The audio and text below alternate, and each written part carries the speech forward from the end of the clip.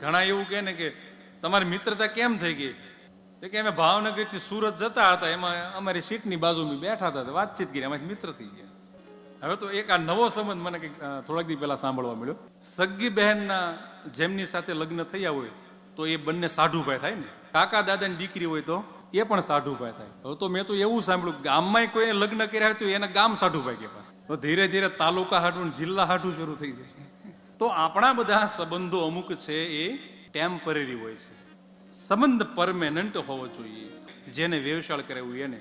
પણ જોજો લગ્ન થઈ જાય ને પછી વેવશાળ કરાવનારો એક બાજુ હતો. આમાંથી કેટલાના વેવશાળ જેને કરાવ્યા છે હજી અતૂટ સંબંધ છે, કોઈ હાથ ઊંચો નથી કર્યો.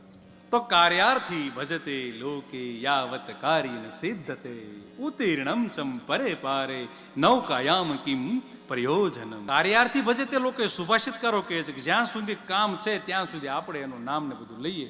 જેવું કામ પૂરું એટલે બધું જ પૂરું. નદીને પાર કરવી હોય તો આપણે નાવમાં બેસી જઈએ, જેવા નદી પાર થઈ ગયા એટલે નદીમાંથી આપણે નાવમાંથી ઉતરી જઈએ અને નાવ નદીમાં જતી રહે. કામ પૂરું, બધું પૂરું થઈ ગયું. તેથી આવા મિત્રોનો સંગ જીવનમાં ક્યારેય ન કરો. સારા મિત્રોનો સંગ કરો, ભલે ઓછા કરવા. મિત્રનું ટોળું ન કરવું બહુ. મિત્રો સાથે બેઠક રાખવી ક્યારેક ક્યારેક. બેઠક ન થાય તો ક્યારેક ફોન છે ને ખબર અંતર પૂછતા રહેવા.